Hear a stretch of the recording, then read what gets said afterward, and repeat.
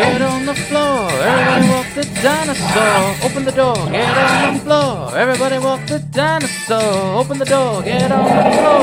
Everybody walk the dinosaur. Open the door, get on the floor. Everybody walk the dinosaur. Open the door, get on the floor. Everybody walk the dinosaur. Open the door, get on the floor. Everybody walk the dinosaur. Open the door, get on the floor. Hello, Internet, and welcome back to the newly rebranded Raptor X Productions Dinosaur Reviews.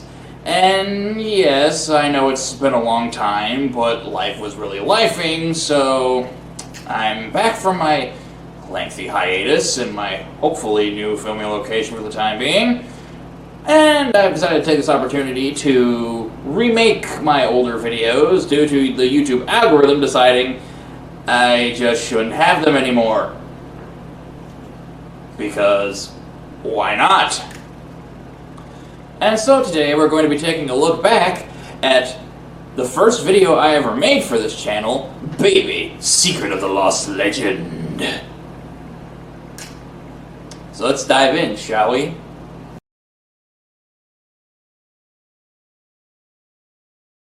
We open up to a title card. And as we see here, this celebration for, I'm not really sure. It's something important. I'm almost sure of it. But hey, it looks like a party, so come on, get your grooves on, babe. Okay, yeah, no, I don't know what it is, but this guy just looks so lost. Someone please help him!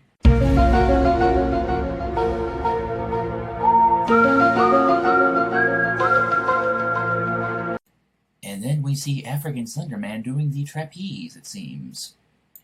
We then see this mysterious man in a suit exit this building, pursued by this other strange man.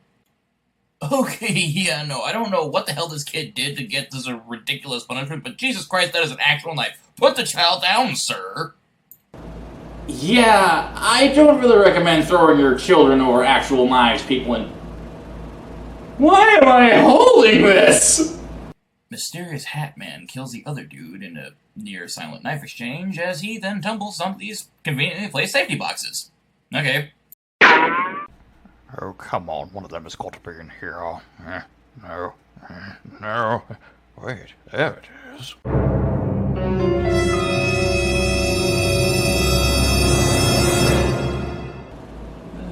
Why do I suddenly get the feeling that we're going to get way more into this paleontologist idea of a good time than I ever wanted to? Okay, folks, not gonna lie, I'm really disturbed with what I'm about to see, so, let's dig in, shall we?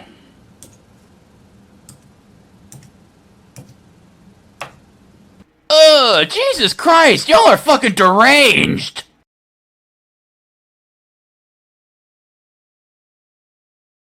We then cut over to an open field in the morning where we see a game of African baseball being played. Alright, didn't know that was a thing. What's up? And it's here that we learn our male lead is in fact a wannabe sports reporter who's being offered a job back in the States. But he then says one of the strangest lines in response to this news that's so odd I'm just going to read it out verbatim. Get the cheeseburgers ready, Jerry, because I'm gonna be home by Christmas. What the fuck? That line is so weird. I can actually feel my brain shooting. We are then introduced to Susan, George's wife and our female lead for the film, as she brings forth her new paleontological find to her professor, Dr. Kvyat, who is in fact the mysterious hatted man from the intro, who then gaslights her into thinking the dinosaur fossil she just found is in fact a giraffe? I don't quite know how you can come to that conclusion, considering the fact that no giraffe I know has a neck bone that fucking huge, but whatever. Hey babe, sorry that your dino fossil dig didn't exactly pan out there, but let's go hit up Chipotle and get some of that good sauce. And then later tonight, you know what I mean. Hey Doc. Yes, Nigel, what is it? Did you hear that Etienne is dead? What? No, that's That's crazy. How did that happen? While having a dinner later that evening, George and Susan get into a little bit of a tizzy about her wanting to stay in Africa to finish her paleontological dig, while George wants to head back to the States because apparently he made an agreement with her about if she didn't find anything in a certain amount of time that they would do that. And on top of that, the horny bastard is talking about kids, so he's that kind of husband. Hooray! Aha! So what we learn here from this opening is that George wants to go back to the U.S., while Susan is a gullible moron. God, I'm so happy these are our main characters, ladies and gentlemen. Anyway, the next morning, Susan is getting ready to leave when Dr. Kvyat pulls him and says, "Oh, hey, I know you're going soon, but could you please talk to this Red Cross doctor? Okay, bye." Oh, shit, Nigel, watch the road! Ah! Where did you learn to drive? Yeah, because that totally sounds like a job for a apparently not very good paleontologist student to try to identify an animal that some natives ate. You really sure you want to trust this lady? Because apparently she's not good at her own job, folks. I mean, she's right, and she doesn't know that, though, but I mean, raises some eyebrows, you know what I mean? Yeah. Bonjour, mademoiselle. I need your help to discover the cause of some strange cholera outbreak with the African natives. Susan then takes a closer look at the bone of the creature the natives ate, and gee fucking whiz, it looks exactly identical to her find the other day. It's almost like the prop department just took the exact same fucking mold and just added a coat of white paint and some pink blood smudges on it to make it look more recent. Now, honey, you promised me that we would go back to the States. But, George, what if there's dinosaurs? That's stupid! You're stupid! Stop being stupid! I'm so mad I'm gonna sleep with my baseball cap on! What's this? Went to see Dinos JK, dumbass. Oh, for fuck's sake! No, no, no, no, no, no, no, no, no! Come on! Really? Fucking bitch! George soon hitches a ride with, "Hey, Captain Panaka," that's cool, as they're flying along and he sees that the man has explosives in the back of his plane. Jesus Christ. Okay, George, you are clearly traveling with a very mentally unwell individual, and I think maybe you should take this chance just to get the hell out of Dodge, man. Definitely don't trust anyone this guy sets you up with either. That's how you wind up murdered and other things in the jungle. So the pilot Kenji drops George off at the village of people doing New Age drum medicine. Okay.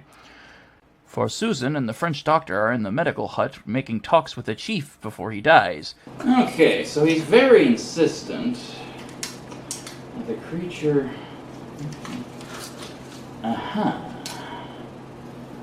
So then we do a little bit of this, add some flair there.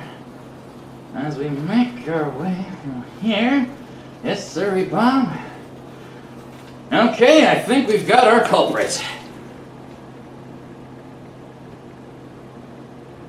I can't drop.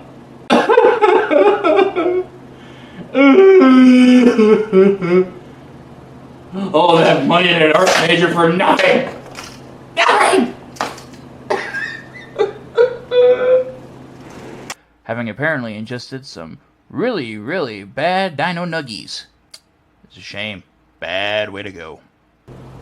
Wait, so y'all just had some weird meat lying around that you decided it was just okay to eat? Well, as it so happens, I happen to have a brontosaurus sandwich right here. And I want to tell you, nothing bad is going to happen if I try to eat this right now. Heavy neck! Oh, God! Oh, what was I thinking? Oh, God! Oh!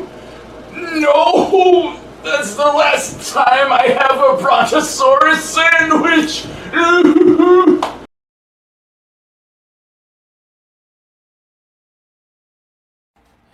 Doctor? Yes, Nigel, what is it? You know how you told us to keep an eye on Susan? Yes. Well, apparently she's found the right clue and is going there now. Oh, son of a bitch. Quick, pack up the camp, boys. We got some dinos to hunt.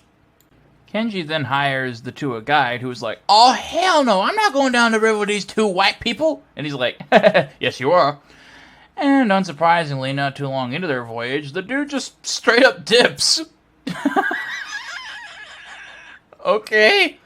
Goodbye, pointless character. I'll never forget you. Ah, who am I kidding? I'll forget about him 5 minutes from now. Anyway. And as our intrepid duo makes their way through the forest, we see them surrounded by a group of natives, presumably cannibals. Oh god, I'm getting cannibal Holocaust flashbacks. The chief of the natives, named Sifu, apparently according to the credits, because they never tell us in the movie, is like, "Hey, the hell you doing here? Get the fuck out of our land." But in response to this, Susan then whips out a camera and starts taking pictures of everyone to calm them down. And the bizarre thing is, this tactic actually works? Alright.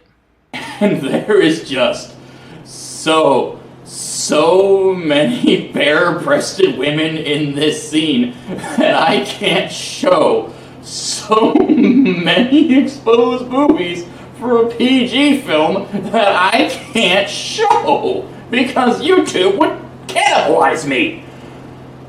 So, have fun with that knowledge.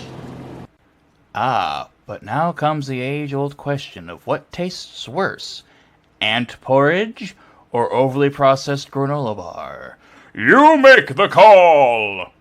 And just to add insult to injury, there's also a werewolf infestation. Oh yeah, guys, just drink up that mysterious liquid you got in these bowls. Sounds like a good idea to me. I mean, hey, it's 5 o'clock somewhere.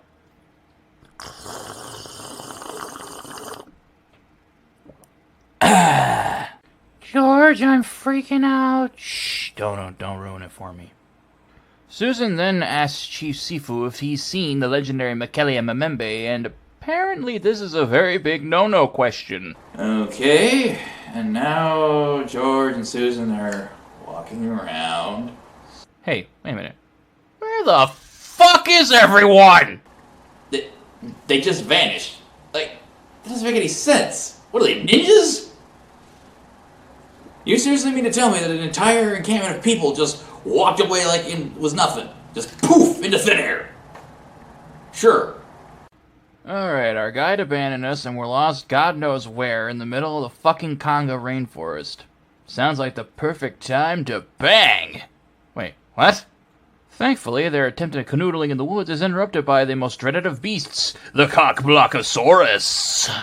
Welcome to Jurassic Park.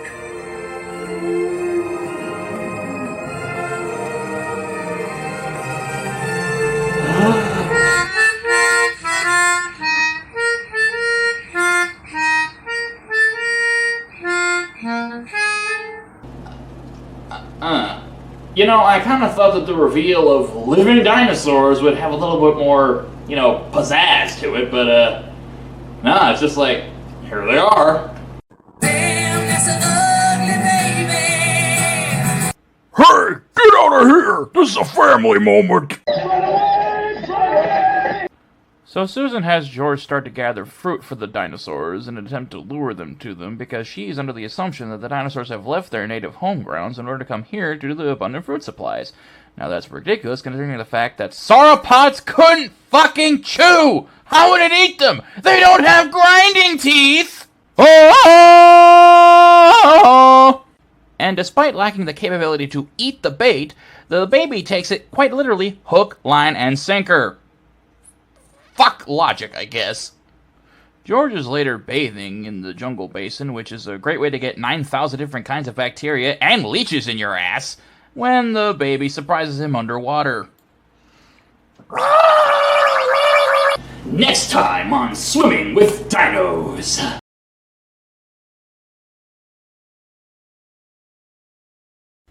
Unfortunately, the big bads find the mother dinosaur. Shoot her! Ow! You guys are dicks!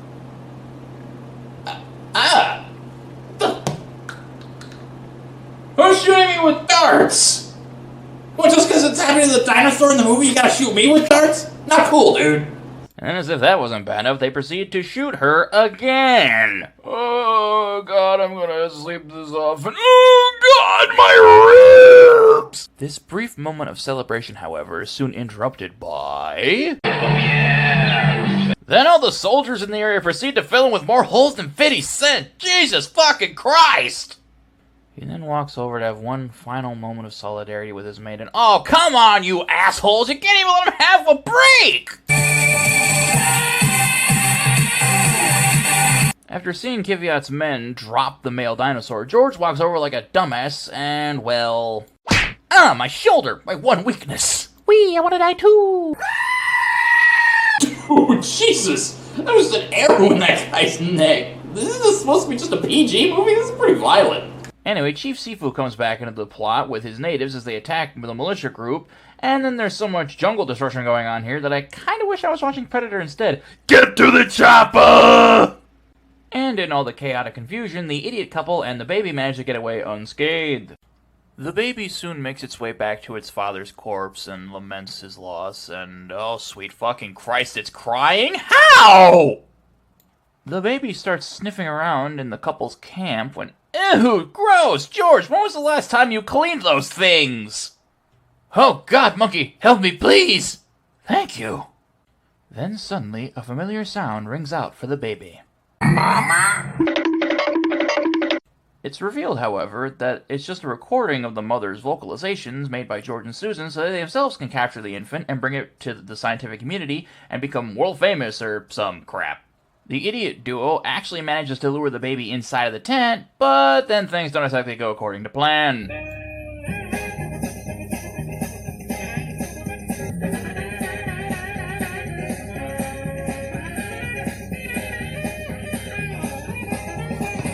Ha!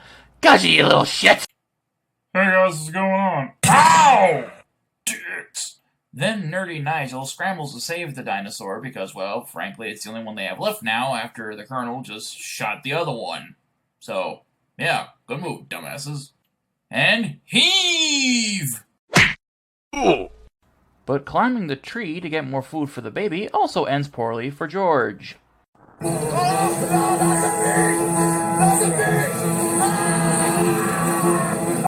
Ah yes, covered in bee stings, lost in the Congo jungle, and being hunted down by vicious mercenaries under the lead of a murderous paleontologist. What a perfect time to bang. Wait, what? For the love of God that is good and holy, put your clothes back on! How the hell with this? See you later, perverts! Yeah, I don't really blame Baby for not wanting to stick around to watch your backwoods sexcapades, because, quite frankly, I'm pretty sure you just scared her away from the act of sex for life. Her species is definitely gonna go extinct now! And the baby leaves the area and... Zazu, is that you? And after their backwoods lovemaking, Susan suddenly remembers, oh, that's right, we were carrying around one of the last baby dinosaurs in existence. Man, that post-nut clarity hits hard, don't it? George and Susan soon come across Dr. Kvyat's camp as we learn that they actually had a radio transmitter attached to the baby this whole time. You mean to tell me you searched all night long for this thing when you had a fucking radio transmitter on it the whole time? The couple soon sneak their way onto the raft holding the mother dinosaur, but they are soon inevitably spotted because Solid Snake they sure as hell are not. The idiot duo are soon then brought before Dr. Kvyat and Colonel Nuksubu, who kinda just rubs it in their faces because, yeah, they deserve it, they're stupid.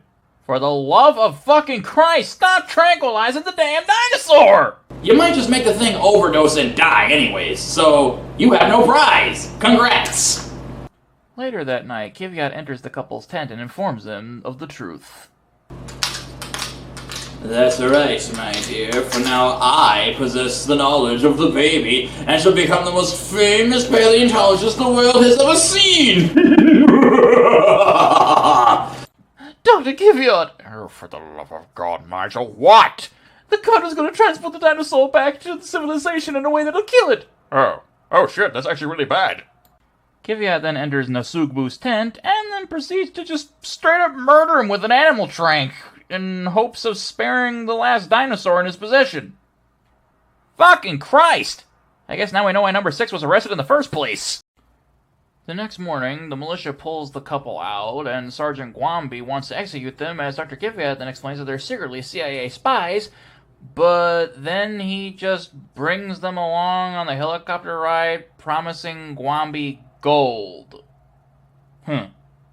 Wait, but why doesn't Kiviat just kill them? He knows about the baby now, and he just killed the colonel, so then why wouldn't he just have them killed? They're the last loose end for him to tie up. Like, he just keeps them alive for some reason. It's almost like it's because the plot requires it or something. Genius move there, filmmakers. We then see the baby just messing around with a tortoise for some reason. The hell was the point of that? Gwambi is initially pissed that the so-called goal is in fact just the baby dinosaur, but upon him trying to tranquilize it, George gets angry! Falcon kick! the duo then decide to yeet themselves out of the moving helicopter into the river and just so happen to land right beside where baby is standing. Seriously, what are the fucking odds? With Kiviat still very hot on their trail with his militia in tow, the couple keep on running through the woods until they stumble across the... Oh my god, did they just find the Bat Cave? I am the night. Our intrepid trio is then stopped at a waterfall by Kiviat and crew until... My god, in order to get away from Kiviat and company, they literally play a game of Yeetus the Fetus. What a crazy time we live in, folks. And don't forget to try the Baby Secret of the Lost Legend Whitewater Rapids ride only at Disney World. And then we see some monkeys, and then a lizard, and then a bird. Oh, okay, we're just back to the plot. Alright. Am I just gonna have to add a pointless... Okay, yeah, no, there. Pointless animal counter. Thanks for wasting our time, movie. The baby then takes off at full speed upon hearing the clarion call of its mother. To George and Susan, I now have the baby and the mother dinosaur. So, suck my British balls. Ha ha! You know, I'm starting to think that not just the humans are very, very stupid in this movie. God, every time this thing moves, all I hear is just the giant servos that move the mouth up and down.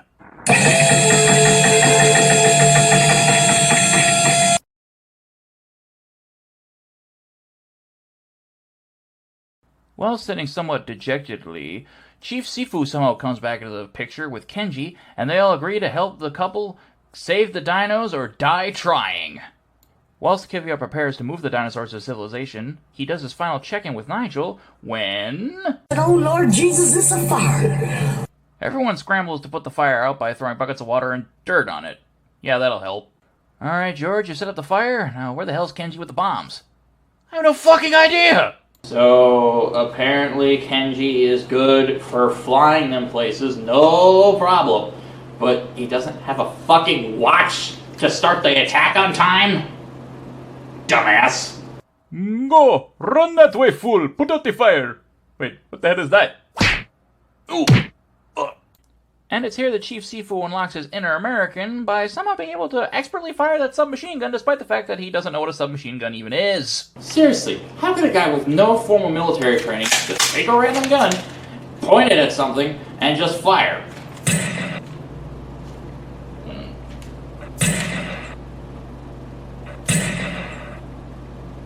How the fuck is that possible? Does he have aimbot installed or something? Whatever. Anyway, Kenji's late ass finally shows up and starts dropping bombs all over the goddamn place. I knew this guy was fucking insane! Alright, it's around the farmer's market, boys. We got 99% off. Woohoo! Oh, native teabag. Kiviat tries to get the hell out of there with the baby, but George gives pursuit and an awkward truck fight ensues. Yeah, what do you think was gonna happen, dumbass? While Susan looses the mother from her bonds, and upon seeing her baby disappear in the truck, she's made very, very angry. Oh, and then Nigel just gets his comeuppance by being electrocuted.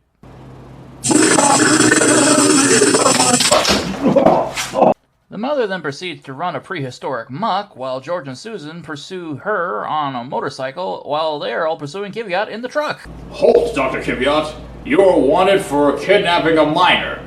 Now turn over the baby and no one will get hurt. And he's running. Yeah, sure. That makes sense. Whilst fleeing the rampaging mother, Kiviat somehow knocks her over with a pickup truck? How is that possible? And then that Dr. Kiviat boy swerving all over the road like a rattlesnake on a Wednesday. And then Susan politely asks him to, Jesus Christ, that's a frickin' hatchet! Oh my god, she's insane! Oh God, so dreadful. Last time I let a woman drive and... Wait. No. Oh God, no. And it's here where the good doctor actually has a moment of remorse and deep sorrow as he realizes that his pursuit of wealth and fame has destroyed the very thing he sought to bring to the world at large. It'd be more tragic if the movie focused on it more and it wasn't cut so terribly short. Disgusting. And it appears that the baby is sadly dead. See, in these situations, all you gotta do is just poke it with a stick. Yeah, I think he's dead. Shoot, I say we cook that sucker right up. Oh, of course, the baby's actually still alive. Anyway, George and Susan help it get back up, and then it goes off into the little river with its mother and swims off into the sunset like half a dozen Godzilla movies. Hey, wait a minute! And now, my audience, we're gonna take our time to sit down and actually learn a little bit about the legend of the Mekele-Mbembe. Shut up, you have to learn something! The Mekele-Mbembe, or loosely translated from the original tribal tongue, he who stops the flow of rivers, is a Congolese cryptid who was first transcribed by European explorers dating all the way back to 1913. Now, the descriptions of this animal vary wildly from telling to telling, sometimes describing something much more akin to a one-horned rhinoceros-style creature, or, more fantastically if you ask me, depicting something much closer to a diplodocid-style sauropod a la Apatosaurus. Now, despite the animal being a vegetarian in most tellings, the creatures are apparently highly territorial and very aggressive, especially in or near the water, and have been known to attack canoes and kill all who are residing in these boats without eating the corpses. Now, the Mekele-Mbembe is not exactly new to pop culture per se, because it has been featured in cryptid programs dating back to the 1960s, and, well, obviously this film, as well as appearing in a book series called Cryptid Hunters, and being in an anime, Goblin Slayer. Wait, Goblet Slayer? That can't be. Huh! Yeah. Apparently it's in Goblin Slayer. Who knew?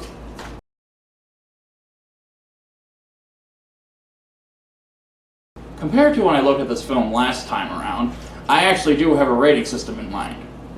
It has decent enough effects for an 80s action-adventure film, but it just doesn't have the same thrilling punch of something like Jurassic Park, and it doesn't have the same heart of something like The Land Before Time. So, and for most of the main cast giving decent but not really noteworthy performances, and all in all, it's kind of jumbled in tone, I have to give this film, I'll say, a 5 dino skulls out of 10.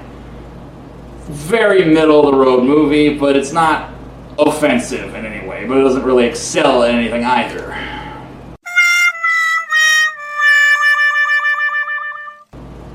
But be sure to join us back here next time for when we return to the Lost World movies from the 90s.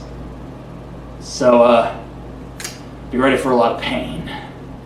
And this is Raptor Rex from Dinosaur Reviews, signing off. See you next time. Be good people.